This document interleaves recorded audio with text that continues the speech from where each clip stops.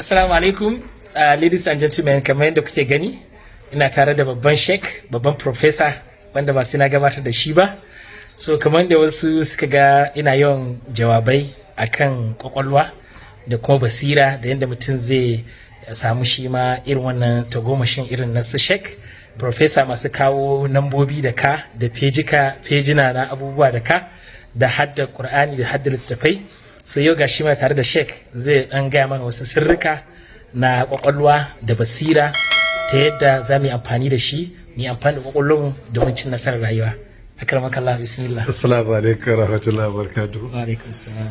Kamar yadda kanina ya faɗa, Na'am. insha Allah ta'ala Associate Professor Ahmad Adamu. Na farko zan ba da shawari ne a matsayina na almajiri. Na'am. As a student kuma zan ba da shawari don a ka'idan mu ba mu fita a matsayin almajiranci, kuma haka muke fatan har mu koma zuwa ga Allah a matsayin almajirai muke. Na biyu ina yaba masa akan activities da yake ta yi wajen mentorship na 'ya'yanmu da makamantansu, musamman a northern Nigeria, cewa wurare da dama an bar mu a baya. Na san kokarinsa matuka da gaske, closely yana tare da ni most probably kamar shekara 14 a yanzu. Kuma abubuwa da yake alhamdulillah we are very proud of activities, musamman mentorship da yake ki. Tambayar da zan ba wa 'yan uwana almajirai ne shawari cikin part of our discussion da ya jefo tambaya din. Na farko daga cikin abin da zan ba da muhimmanci wa brain da zai zama mutum very effective idan Allah ya taimaka, musamman ga 'yan da muke haihuwa, shine catch them young. Dukkan wani yaro yana daga karancin shekaru ake fara nusar da shi akan anki da brain dinsa wajen karatu da haddace abubuwa da kuma rike su da ba su muhimmanci. Karantar da yaro karami abu a early stage na rayuwa kamar rubutu ne akan dutse, ko ka ɗauki kusa ka kwarzana dutse ka yi rubutu. Karantar da babba in ba a yi sa'a ba tsanani ka ce kawai rubutu ne da alli akan blackboard ko abin da ya kama da haka. Don haka fara yin abu da wuri iya da matukar tasiri. Na biyu daga cikin muhimman al'amura shine introducing yaro zuwa ga koyan hadda da wuri. Idan yaro musulmi ne, a fara koya masa haddan ƙur'ani a farkon rayuwarsa, shekara 2, 3, 4 ya fara haddace ƙur'ani. Experience ya karantar da mu cewa lalle haddace ƙur'ani iya da tasiri wajen unlocking potentials da dama na ƙirjin yaro da kuma kwakwalwarsa. Iya da matukar muhimmanci wannan al'amari din. Na uku, har ga Allah, takaita sabon Allah yana da muhimmanci wajen taimakawa kwakwalwar mutum ta rike ilimi. No one is perfect, amma dole mu dage zama kullum alakar mu da Allah tana ƙara kyau, ta ɓangaren da saba masa yake raguwa kuma biyayya zuwa gare shi yake ƙaruwa. Na hudu, abincin da muke ci iya da tasiri. Nutrition yana da tasiri, nau'in abincin, lokacin cin abincin da kuma kwantitin da ake cin abincin. Yana da muhimmanci mu rika cin abinci kashi ɗaya cikin 3 abin da zai cika cikin mu. Ga duk mutumin da ke son ya yi karatu ya fahimta ko hadda, maganan ya ci abinci ya ƙoshi tatil ba nasa ba ne.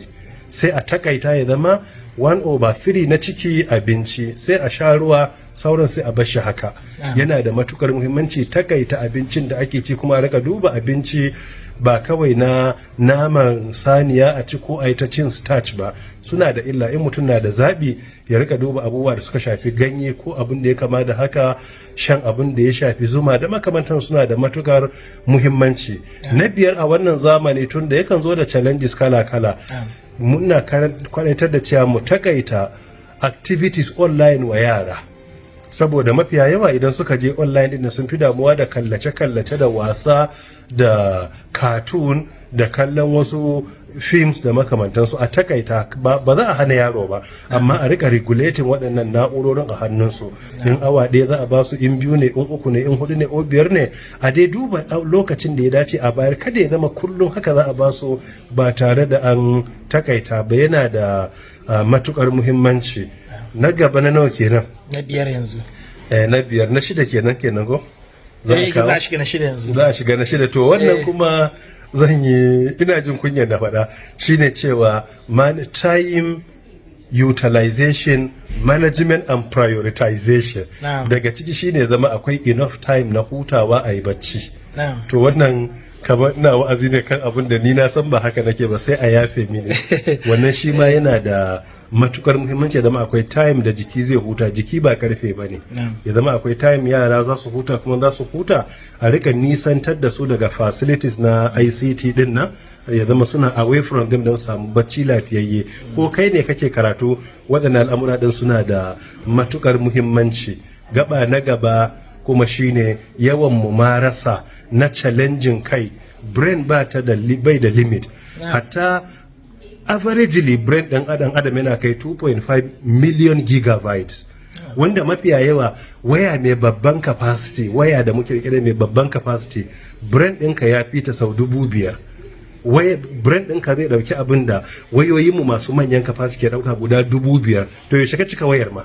Mafiya yawan mutane, most probably less than 1% ne na population ɗinmu suke yi aiki da 1% capacity na brain ɗinsu.